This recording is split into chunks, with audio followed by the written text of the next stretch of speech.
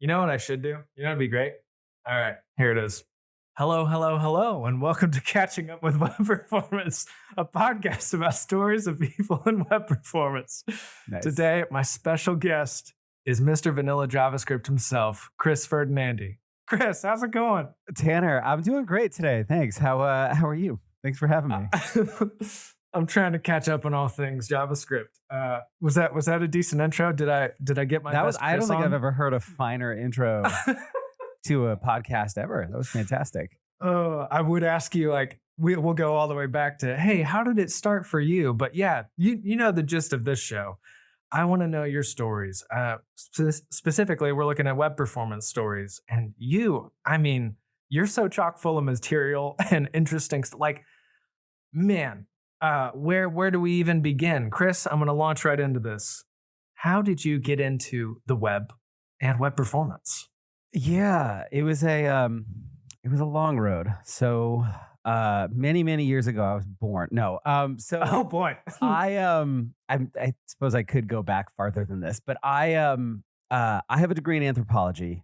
I graduate when I was about to graduate, I was like, oh man, I love learning about this stuff. I don't want to do it professionally. And I kind of fell into a job in human resources. And I had a lot of strong opinions about how HR was working or wasn't working. And so I started blogging about it.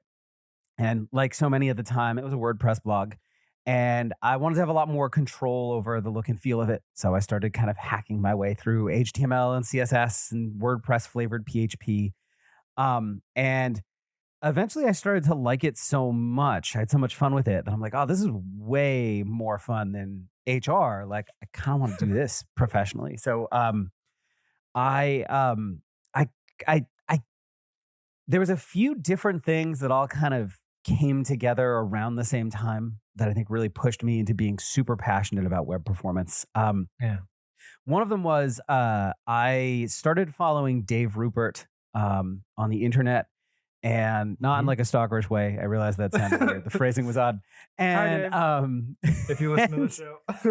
so I started I started subscribing to Dave's blog, and he wrote some article about how he ditched jQuery for vanilla JavaScript or browser native JavaScript and shaved multiple seconds off the load time on his WordPress site. So This post.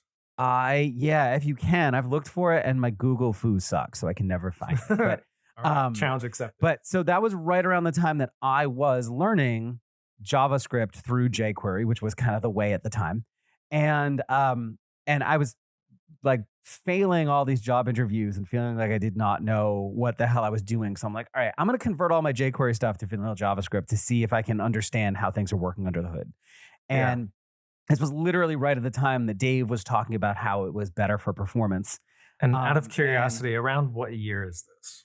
This would have been, you're making me do math. So this would have been around like 2013-ish, maybe. 2012. This was a while ago. I might have to like pull up my LinkedIn profile to figure out when I have like, your switched LinkedIn professions. over here. I'm looking back. Yeah, so looking at like whenever I got my first job, it was like There's 2 EMC years where you before were that. an HR generalist, the Yeah, employee training and development, and somewhere in here, it seems like at EMC, So let's switched see, from so- training and development to web designer. Yeah, so 2011? I officially, so Constant Contact was 2014. So it would have been like 2012, 2013, around Right. there. So I'm doing that, and I'm literally seeing myself how when I went through and like ripped out any of the plugins that were using jQuery and rewrote some of my own stuff using just vanilla JavaScript, like seeing these performance gains. And then I went to an event apart Boston, and I saw Jake Archibald talk about breaking the 1,000 millisecond threshold, I think is what the title of his talk was. This was a long time ago now. And he just had all these, like, he called them Jake's tips. And there were all these little like things you could do to improve the rendering performance of your site. Do you And remember what some of those tips were out of curiosity? the only one I remember was him talking about request animation frame and how it was better for performance than set timeout because it Mm. tied specifically into the browser's refresh rate rather than just guessing like we usually do with set 16 set timeout kind milliseconds, of I'm going things. to do this. Right. Yeah. And like Right. certain monitors go faster or slower than that. So he was talking about how RAF was better and yada, yada, yada. Yep. That was literally the only one I remember. But I remember being like, oh, web performance is a thing. It never occurred to me that this is a thing you should pay attention to. Yeah. And he was talking about different benchmarks and things like that.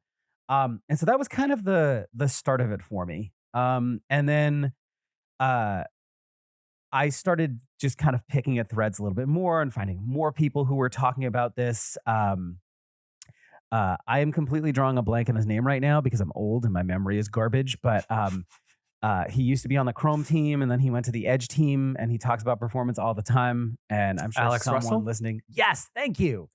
Yay. Yeah. So Alex Russell. So I Alex, started we're following going to get his- you on next. right. So I started following his work. What is this? We've got to get Dave. We got to get Jake. We got to get Right. Alex. Suddenly became aware of things like like the P90 and the various kind of like performance targets that you're going to want to look at. And around the same time I was also seeing other talks where people were talking about how outside of America people don't walk around with iPhones all the time. Like in some areas, the web is actually much faster, but in other areas, it's way, way slower. And they're using borrowed devices that are like 5 to 10 years old and they're super slow and your sites run like garbage on them. And so it kind of created this whole new thing for me. And I became really obsessed with web performance. And almost all of the work I do now around vanilla JavaScript is kind of informed through that lens of how so much of what we do as like an industry right now and like modern development best practices are really bad for performance. And I'm trying to like push back against a lot of that. So that's kind of been my guiding force. Pretty sure in your first vanilla JavaScript podcast episode, you said something about JavaScript destroying the web. Yeah, that's potentially accurate. I've referred to it. It's really weird, right? Like my goal as a JavaScript educator is to get people to use less of it. Yeah. I have at various times referred to it as the carbon dioxide of the internet. I think I once called it the worst thing that ever happened to the web. I bash JavaScript all the time. I love it. I teach it. I think it's an important part of the front end stack, and I also think it's grossly overused and actively harmful. This is a really random reference, but I used to be big into advertising. Previously, I thought I was going to start a podcast about the history of advertising. Now I do web performance instead. But if you ever want to look him up, there's a guy named Howard Gossage. I call him the Socrates of San Francisco. And he was one of the leading admin of the 60s and would just tell people, you don't need advertising. There's way too much advertising. And I feel like you are the Howard Gossage, like living in it. This is literally how I make my livelihood depends on this thing, but you don't need it that much. Like tone it down. Right? Yeah. Exactly. And maybe it feels almost like you're a huge advocate then perhaps of responsible use of the thing. Like, hey guys, this is necessary. I want to teach you how to use this well, to use it wisely. Yeah, I actually had I do a fair number of podcast guest appearances, and a few appearances ago, I got in like a really heated argument with one of the co-hosts about this because he interpreted me saying like use JavaScript, just be more selective about when you use it as like some sort of personal affront. I don't know. Oh boy. He got really upset at the idea. Like, why should I care? I'm just gonna, I could either, what did he say? He said, I could hammer a nail with my forehead too, but I'm not going to do that. And I'm like, that's a really bad analogy. Like there's a big difference between using a sledgehammer in your own forehead. Like you could use an appropriately sized hammer or like even a rock. There are some would other be better, right? Like along the spectrum.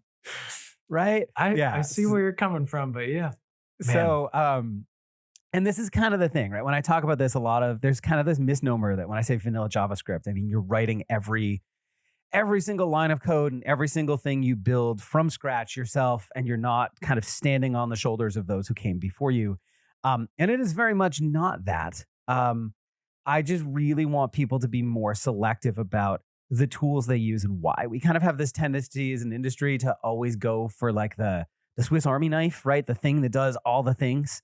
And a Mhm. lot of times all we really need is the knife, right? Or the Right. toothpick. Like we don't need the screwdriver, corkscrew, fork, kitchen set, scissors. Like, yeah. Oh boy. I've got all right. There's so many places. So let me back up. I'm gonna make sure that I've got the story so far, and then we can start, picking Mhm. pieces of For of sure. Chris's life to dive deeper. I'm first off, I'm fascinated with this anthropology bit. Like, wait, what? Yeah, I was just doing some anthropology, right? I got into HR, I started writing blog posts, and Okay. then I wanted it to look better, so I became a coder. Yeah. That I forget if I've mentioned this in another episode, um, but I had some coworkers that I've met. I love finding out these stories where I had somebody who used to be in the Miami Opera and then became a software engineer. Then somebody else who is actually a masseuse, and their story actually strikes me most similar to yours because they were trying, if I recall correctly, they were trying to document all of the muscles in the human body in an Excel spreadsheet, and something about like got into writing macros, and it just exploded from there. And so a little project about human anatomy. So, whew, I I love hearing these crazy stories of how just Mhm. the profession flips. Am I all right? By the way, you have a master's in human resources. Yes. Yeah. Yeah. Unfortunately. Unfortunately. But so your master's got you into WordPress and you started Yeah. blogging and then wait, So learning here's the jQuery. thing, Tanner. Yeah. I'm like, I'm like Winnie the Pooh, right? So like, there are people in life who just kind of go wherever life takes them, and then there are planners. So like, my dad is a planner. He's like, I'm here. Yeah. I want to get there. What's the straightest line to get there? And I'm like, I don't know. Over here seems kind of interesting. Oh, look, a bee. Let me go follow. Ooh, a pot of honey. That sounds. So yeah, I had five majors in college. Five.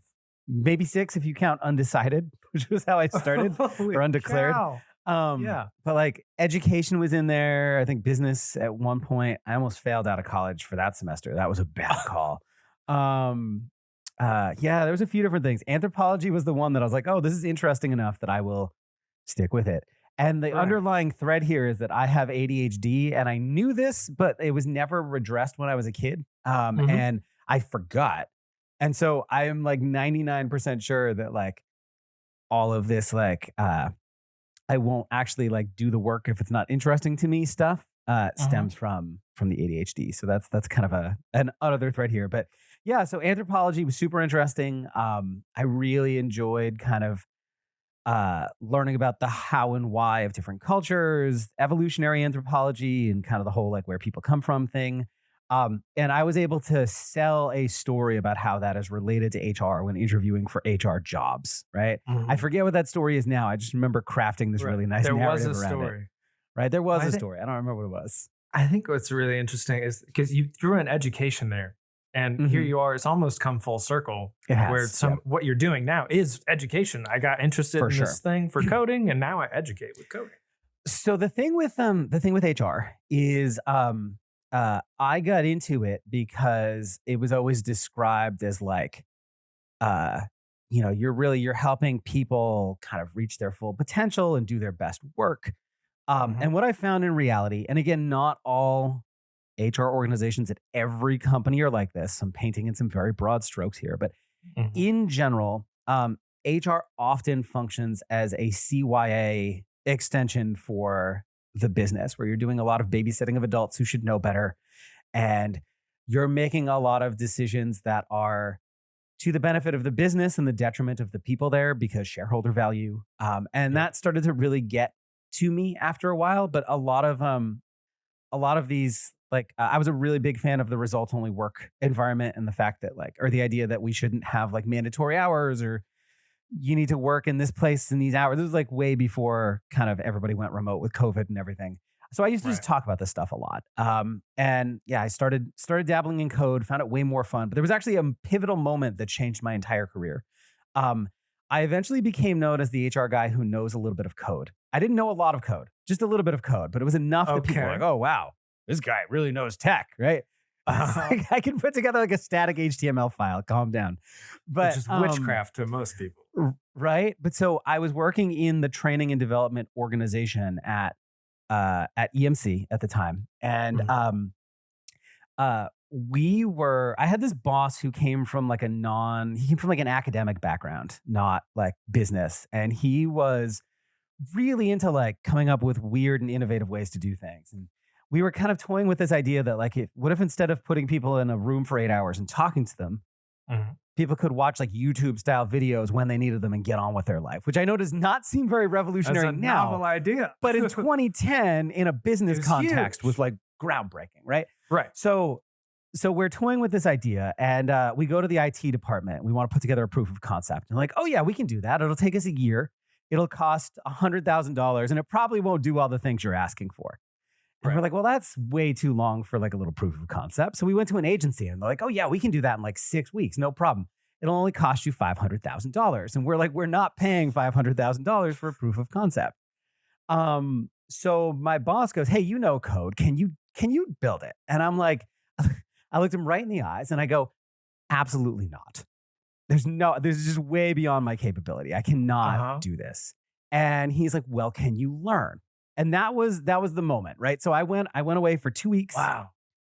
I just dove deep into the bowels of Stack Overflow, and I figured out how to hack WordPress into this like half passable, like you can log in and access some stuff kind of app thing.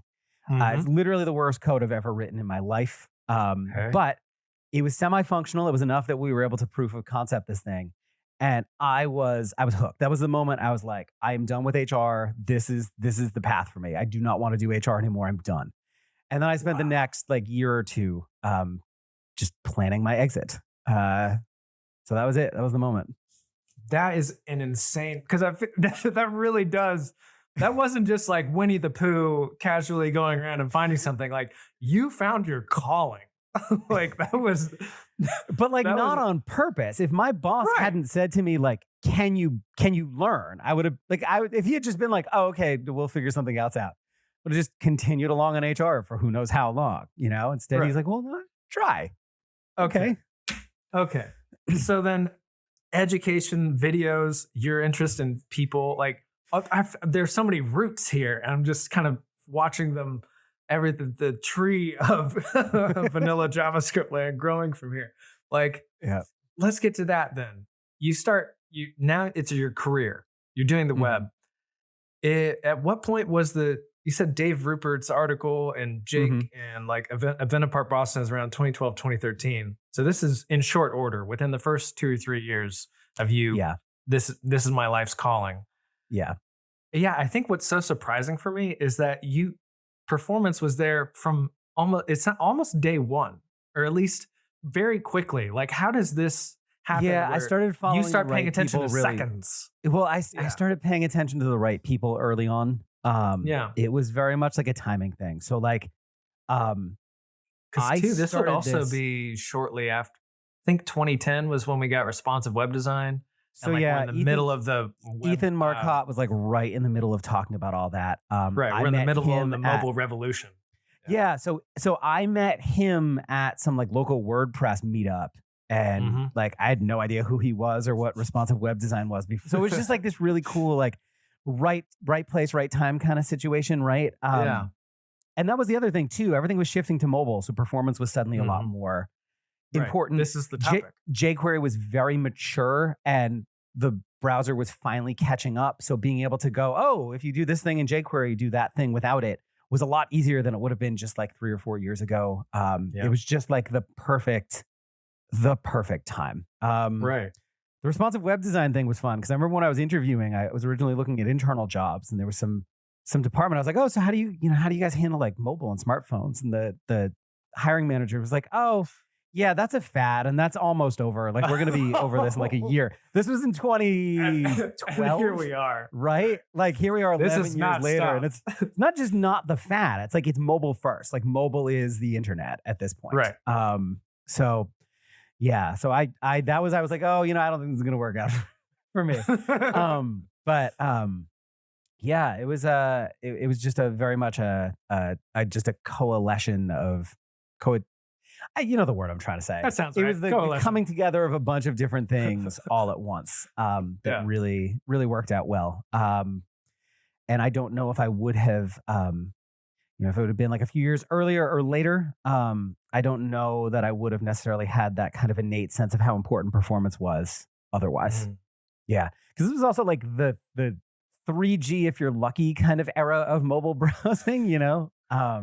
Where Yeah. things would load like you used to have the M dot versions of websites that were like really Yes. stripped down just for mobile because otherwise they wouldn't load. Right. Um, I was going to ask you that too, because you mentioned there's, Jake giving his presentation, the 1 second barrier, Dave talking about how he shaved seconds off of the site. Do you recall how you're measuring that, or like what were we measuring these seconds with? yeah. I want to say it was Dave put me onto webpage. Hold on, what is it? Webpage test? Webpagetest.org really Ma- early on. Make the web fast. Right? That was like I'm trying to remember. I wrote about this a long, long time ago. Let's see when I can Yeah. find my first reference to it on my site here. So looks like 2014 was maybe when I Mhm. first talked about it, and I was probably using it for a little bit before that. But that Yeah. was like game changing for me. Being able to so for people who haven't used it, it's super cool. It's free. You pop your URL into the address bar. You check a few boxes to tell it what you want it to do. Just quick aside, always check off include repeat view so you can see like initial load versus cached load and how they're different. But Mhm.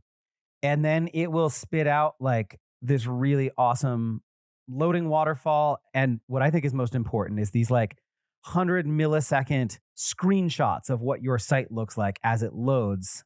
Yeah. And you can test different conditions like 3G mobile, super fast cable internet in the United States. You can test like I'm in New York, but my site is being accessed by someone in Sydney. Like, what does that look like? Yeah.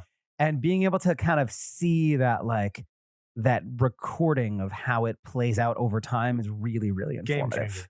Yeah, huge. It's one of those. I kind of wish I could remember the first time I saw a web page test and the first time I saw one of those charts. Because like you're totally right. As soon as you see it, oh, that's how long it takes to load. Right. Like that's how I learned that my custom web fonts were like a huge issue because I think I was just getting these. They looked fast to me, but for like certain people, it would show up as like you've got the frame and then just like no text for many seconds. Right. Or text and then it disappears for many seconds in that weird gap from when like the font is loaded but not parsed and all that.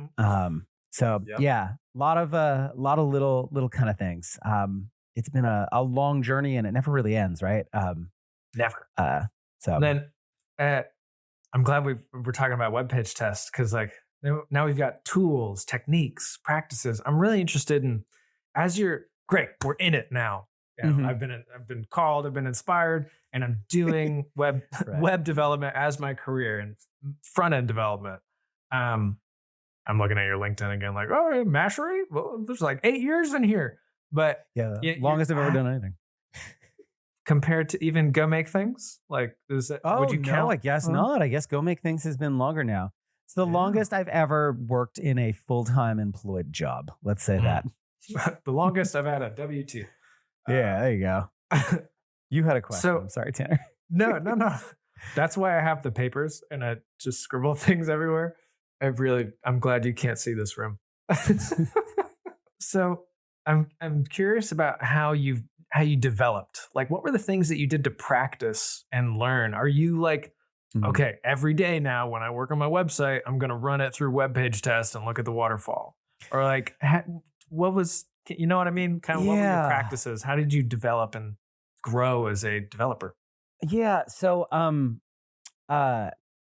I don't think it was like just a slow kind of, I'm trying like just a steady line kind of thing. It was almost like a series of plateaus, right? Where you Mhm. learn a new thing and then you start using it everywhere, and then it becomes the status quo for a while, and then you hear something new and then you level up, right? So like Yeah.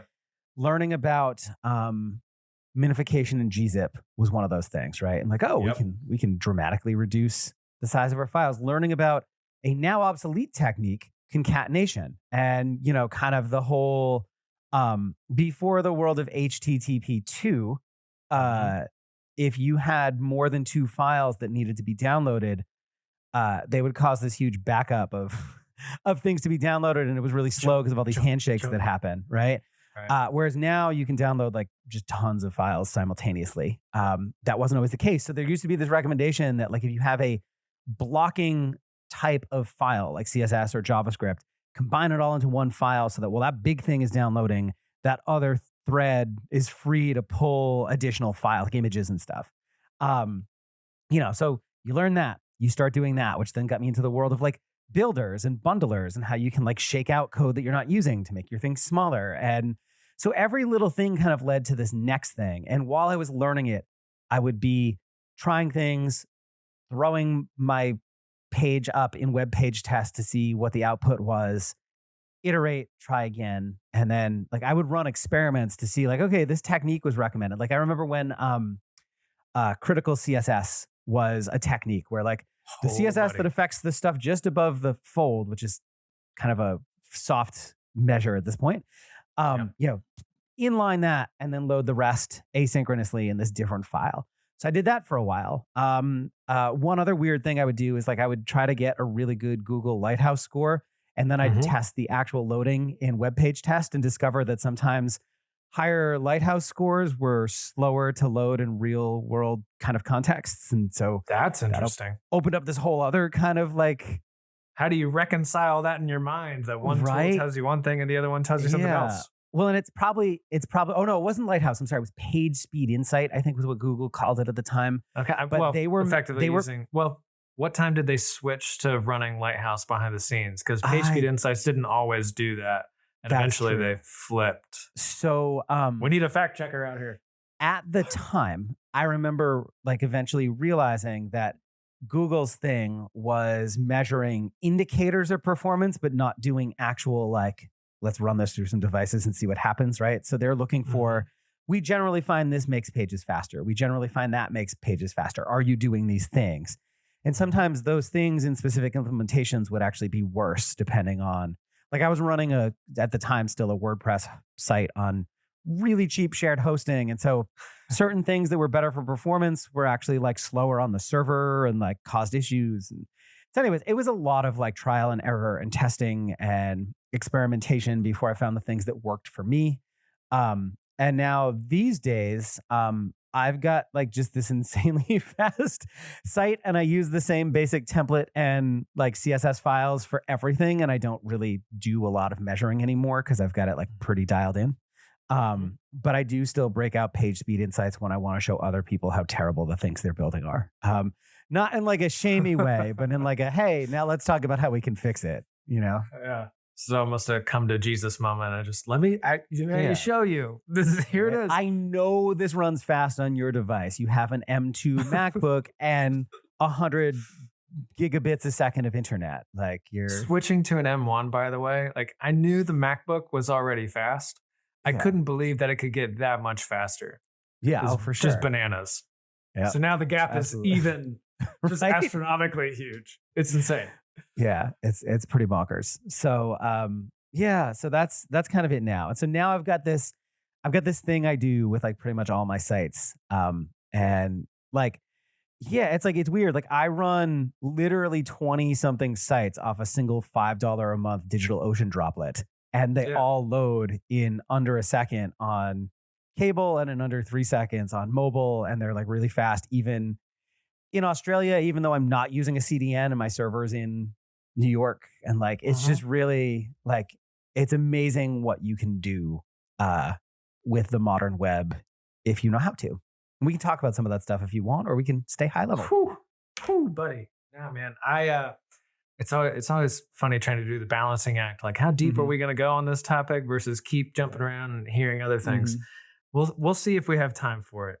But Okay. I do want to hit more around some. Like, I want to work our way. I feel like we're halfway there. I All want to right. work our way all the way up to the present, and then we can really get into the meat of some things. All right. This timeline, by the way, is fascinating and perfect. Eventually, well, I may edit this out, but on the side, I did last year. I did like a incomplete history of web performance and Oh, nice. like pre-web. I went all the way back to the ENIAC. I was like, here's what performance was when computers were first created, and then worked my way all the way up to 2000. And I had to Mhm. stop there because I was like, God, this is so much stuff. And so now I'm hoping to do the next one of 2000 to present day. Nice. And that's why I'm finding a lot of these talks super helpful. Is like, oh wait, yeah, that is what happened, and that was the sequence. Oh, yeah. So the last 20 years are going to be really interesting to try and snap together.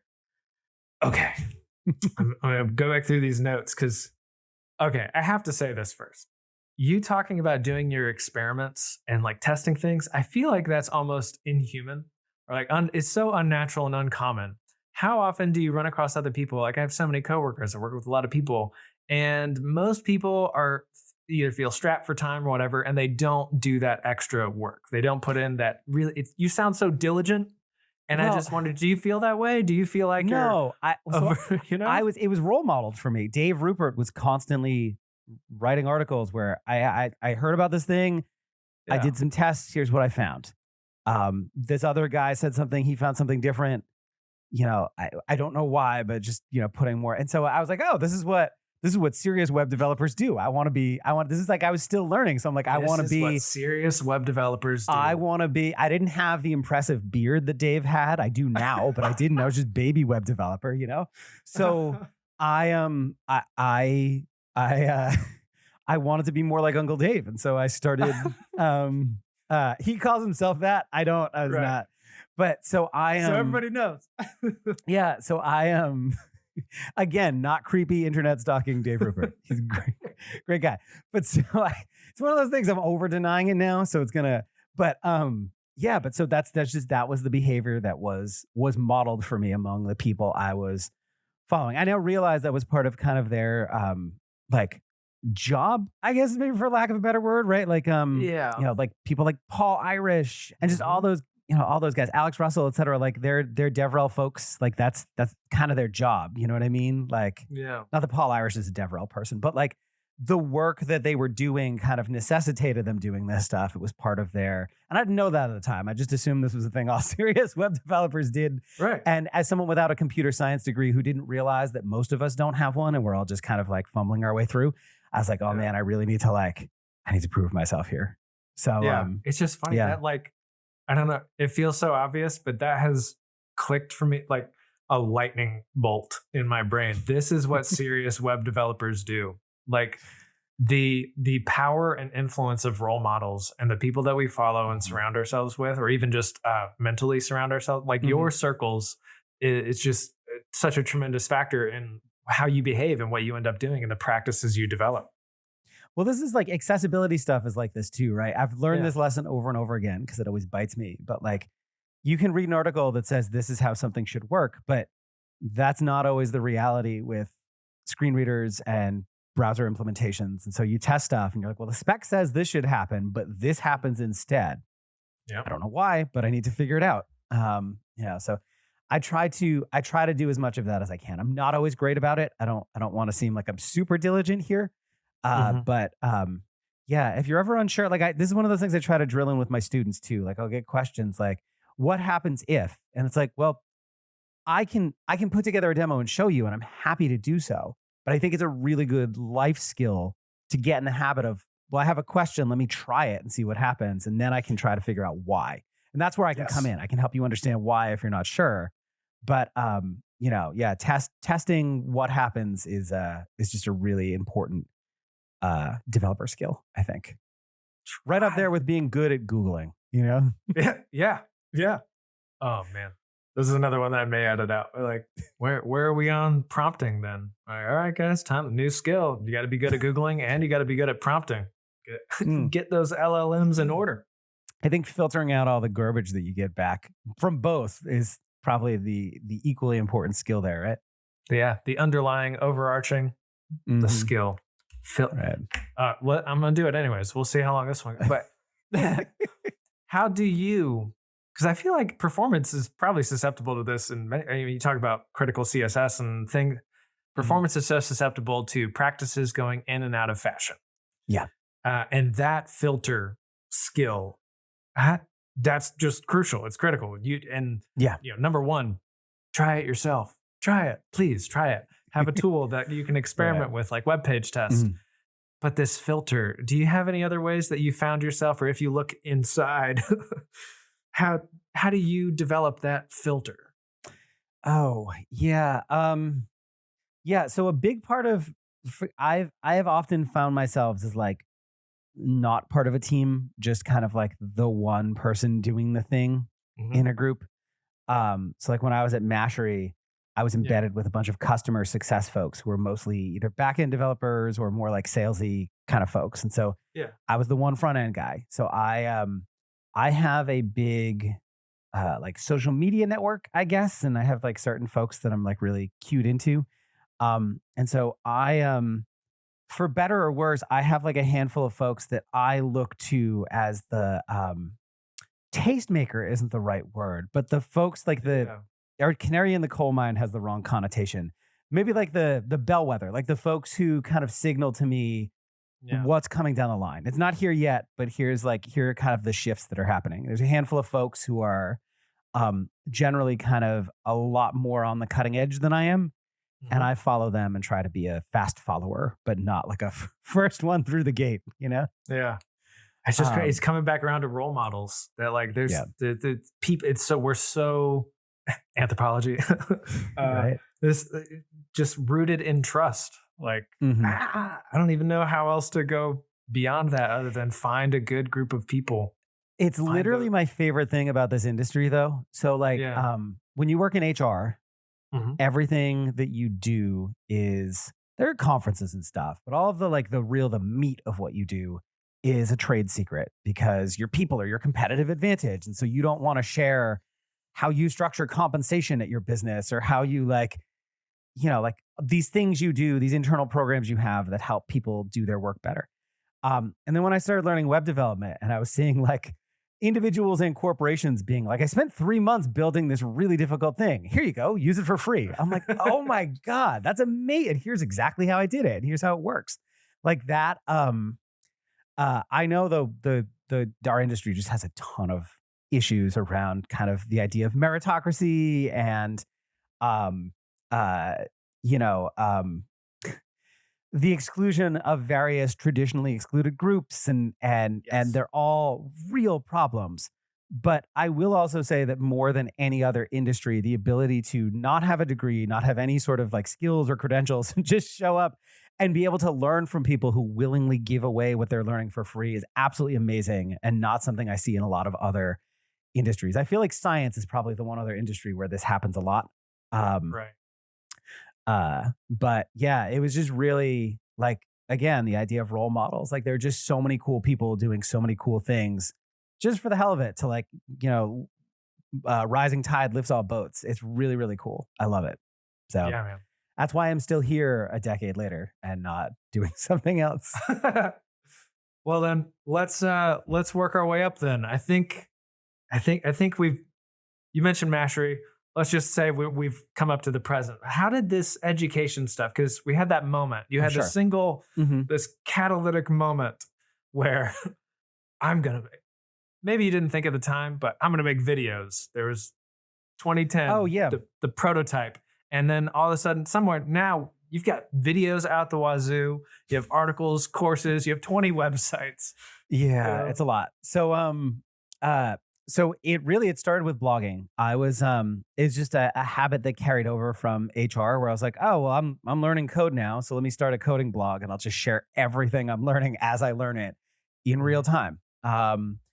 And after a few years of doing that, I'd always kind of had this eye for wanting to eventually kind of run my own business and be able to have more like kind of flexibility and freedom, not have to work for someone else and all that. And so I started freelancing. So I was coding for other people, and I had a situation where I had been asked to bring in a designer to help put together some designs for the client I was working on, and the designer ended up like taking the client, like it was like a weird the main contact I had of the client was still there, but her boss had left and some new person came in, and so there was this whole changing of the guard, and it was like it left a really bad taste in my mouth. And I'm like, you know what? Yeah. I don't want to do this anymore. I want to go I think I want to do products, like, so I can just make the thing, sell the thing, and be done. Yeah. And so I started with ebooks. Actually, I resisted video for a very long time because Ooh. editing sucks and I don't want to do it. Right. Yes. So I started publishing ebooks. The first few I did, so I wrote one on web performance and it was a flop. I wrote one on career stuff. Was that 'cause I your had a lot of first? What was your first book? I think the your very first first ebook? one was, it was Wicked Fast Websites. It was a WordPress Wicked performance. Fast Websites. It was a WordPress performance book, and it flopped. And then I wrote one on career stuff because I used to do that in my previous HR days, and that also flopped. And then I was working with a career coach, and the first day I met him, he's like, "Oh, I know you. You're the Vanilla JS guy."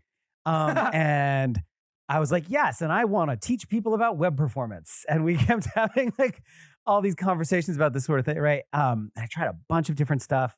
And then I was looking at my analytics one day and I realized 8 of the 10 most popular articles on my site were how to do jQuery thing without jQuery, like insert jQuery thing, whatever it happens to be. You might I was not like, need jQuery.com. Oh, when he called me the Vanilla JS guy and I had never met him before, that should have been This a was sign not your to me. brand at the time. No. He just said was this. This guy gave you your I name. did not have that anywhere on my website. I had all this web performance stuff on my website. He just called me that. And I was like, oh my God. It took me literally though, Tanner, like a year and a half to get there. I've had this light bulb moment. I'm like, oh man, I'm an idiot. I missed that. So wait, do you remember who is this guy? Who can we Jonathan thank Stark. Yeah, Jonathan Stark. So jonathenstark.com. He's awesome. He talks about like pricing a lot and how to like sell stuff in a way that people actually buy it, which is great. So I put together I called it Ditching jQuery, and it sold moderately well. So I had really like my goal for myself was to sell more than 0, which was like, or no, I think it was like I wanted to sell like I wanted to make like $1,000 or something, right? Moderately is far and away better than flop. Just a little bit of just a little bit of money, right? Like a small vacation or something, right? So I think I think I made like $1,500 on it. That's fantastic. But it was good, but it didn't really sell like a lot, and so I did this weird thing. I don't know why I did it. I was reading some article on like pricing psychology, I think, but I took it and I broke it into 6 smaller parts and I priced them so that if you bought them individually, it was all the same content. Right. If you bought them individually, it would be more than the old thing cost. But if you bought them all together, you'd get them at a 30% discount for the same price as what I had been selling the thing before for. So it's the same content, same price, bundled differently.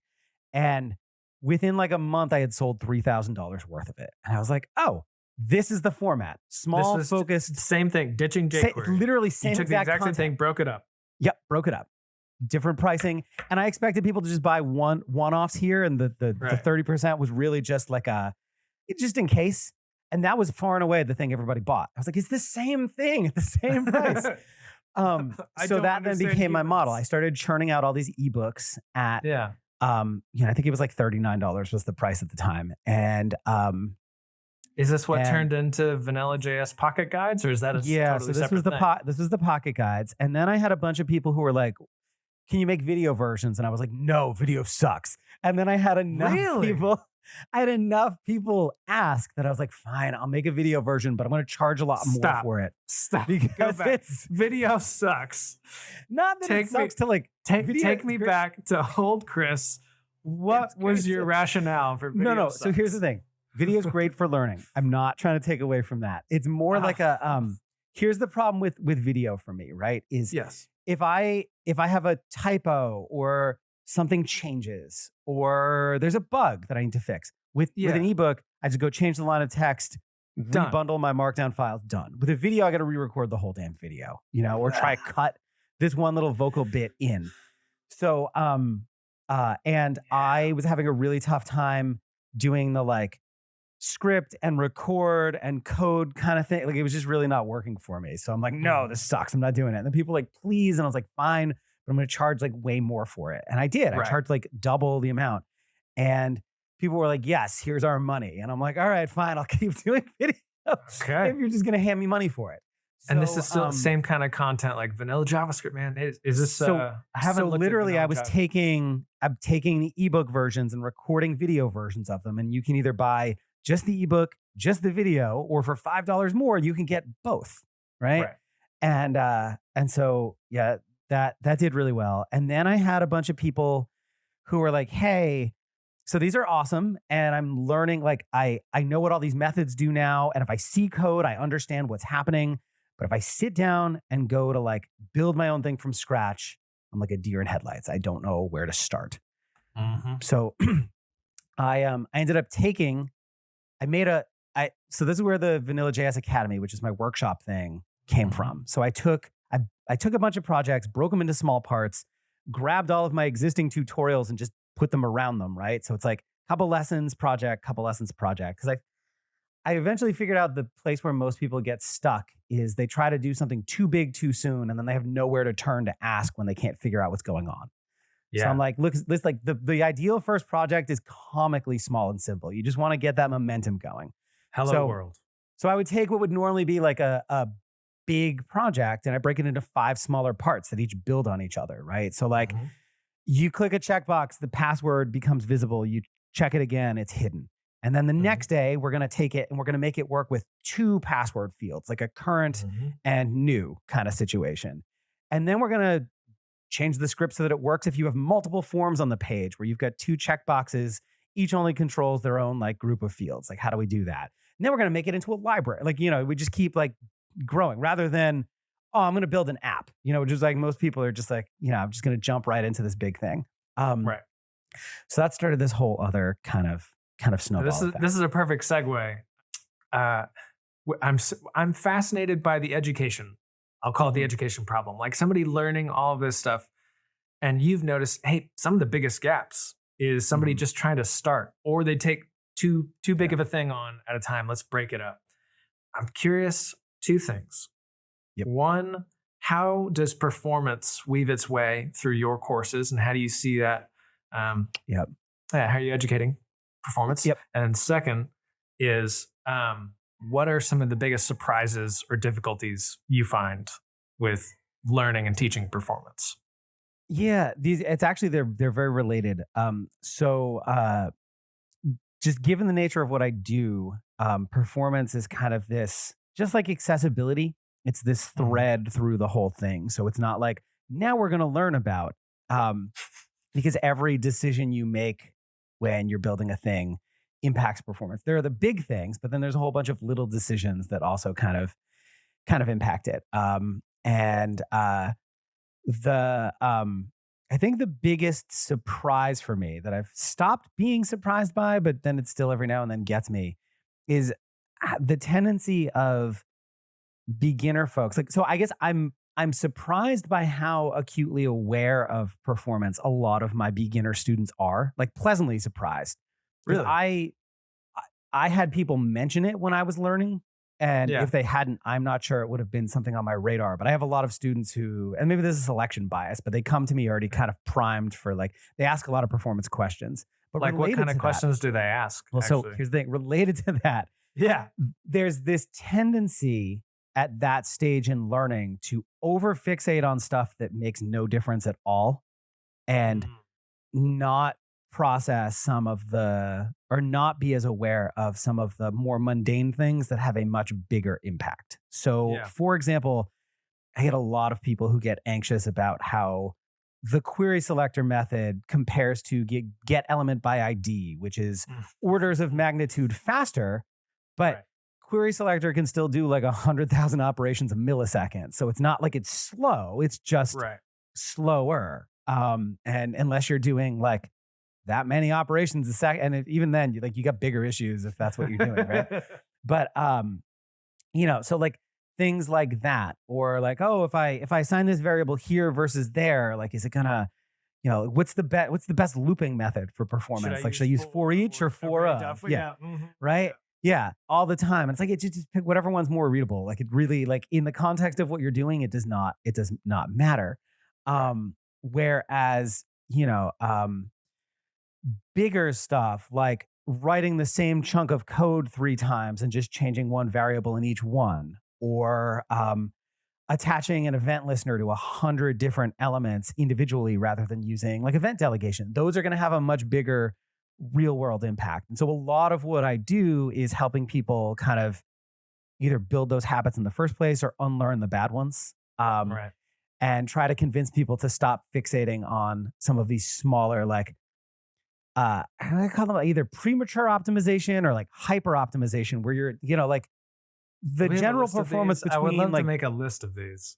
yeah, it's like the performance differences between most modern JavaScript methods are pretty insignificant. The bigger issue is often with how you implement those things as a bigger part of a whole. And that's the thing that I try to get people to focus on as part of the courses and workshops. But it's hard because there's usually a handful of folks who are very performance minded, which is awesome, who tend to ask a lot of the same kinds of questions over and over again until we get to the end. And then things kind of start to click at that point. But it's a lot of like learning by repetition, Yeah. Do those I'll call them performance zealots. Do Yeah. they ask different questions? Like they're the same kind of questions, but are they just they No, hit so you they up won't more repeat often? the same question, but they will all be questions of the same variety of, is method A or method B faster? And it's like, Right. one, there's a way you could find out. And I'd love to teach you. Two, well, because that's the other thing too. Like, a lot of folks don't know how to test performance, even beyond like web page tests. Like with JavaScript, you can run like, you run the thing a few thousand times and measure how long it takes from start to finish, and then do it with the other thing and then compare. Yeah. And that can be really informative as well. So, we will often, I have like especially in the workshop, I have every other week, we have like a live office hours, and like also I'll pull it up and I'll run a test, and we'll learn how to do that. But it's usually a couple of folks who ask very much like the query selector versus get element by ID question. That one comes up literally every session. There's always one person who asks it. And just to be clear, I am thrilled that people are this interested in performance without my prompting. It's excellent that, and again, I talk about performance so much, I assume I attract more people who are biased towards that sort of thing in the general industry, but it is great.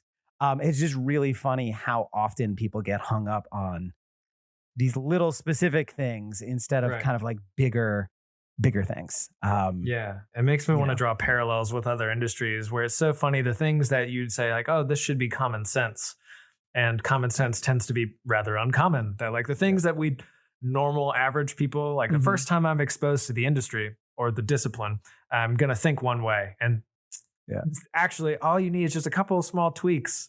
And no, actually, oh man. Okay.